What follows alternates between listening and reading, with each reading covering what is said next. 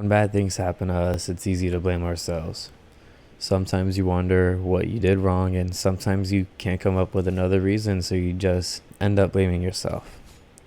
It's frustrating not knowing why, and easy to just assume you deserved whatever happened to you, but it's not always the case. And it's difficult because one of the skills that people should have if things go wrong is first figure out if you did something wrong before you assume it's someone else's fault. Part of that skill is being able to decipher when it actually is your fault and be willing to not blame yourself when it isn't. If you have a business deal and it went bad, maybe you did something wrong. Maybe you made a promise with that other person, you didn't fulfill it. Maybe you didn't look into who you were dealing with and you lost money to a scam artist. Sure, maybe it's your fault that your dad got mad at you because you started arguing with him, but it's not your fault when he starts to hurt you. If you're wondering where that silly example came from, the inspiration for that is of what someone very close to me has the pleasure of dealing with. Let's just say, not to air out her dirty laundry, but her dad isn't the greatest of all time. As in, some of the things that he did would have likely gotten him jail time. Recently, her dad was trying to make her do some extra exercises since he's big on her being super skinny and does things such as weighing her before dinner. And it's not like she's out of shape. She's on like the bottom end of healthy weight range, 1 pound underneath, and she'd be underweight. So, she argues back, and he did the right thing to do and started slapping her. I'm kidding. That obviously wasn't the right thing to do, but that's what he did, and he would have done more if the mom didn't step in. Now, the thing is, her mind, she doesn't want to be mad at her dad because, one, she doesn't want to appear as ungrateful. That is, for better or for worse, the man that has been a part of her life for all those years. And the other thing is that comparatively, it is better than what it used to be. So she blames herself for getting slapped and also blames herself for most of the things her father did to her, more or less because she doesn't understand why. She doesn't understand why any of the things that happened to her did. So it's a very unfortunate situation, to say the least. I'm going to get back to that. But another example I want to bring up is my previous relationship ending. You see, I was a senior in high school, and with this girl, we've been dating for around a year, and she got accepted into a fairly hard to get into uni and was expecting me to go there too, but I got into a more difficult one. And of course, I decided to go to the more prestigious one. And that's when she changed. She went from being this very secure, very reliable person, and she grew more and more insecure. It started off with the casual, usual, we don't go on enough dates, we don't hang out enough, I don't feel like we're talking enough.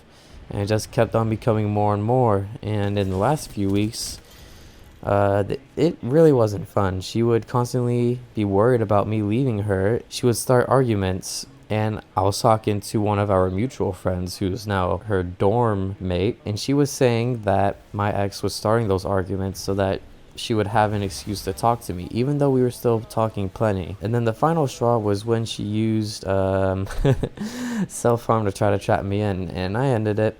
And it sucked because I really thought she was the one. And I mean, it's weird when you get to the point where, I know her entire family and she knows my entire family.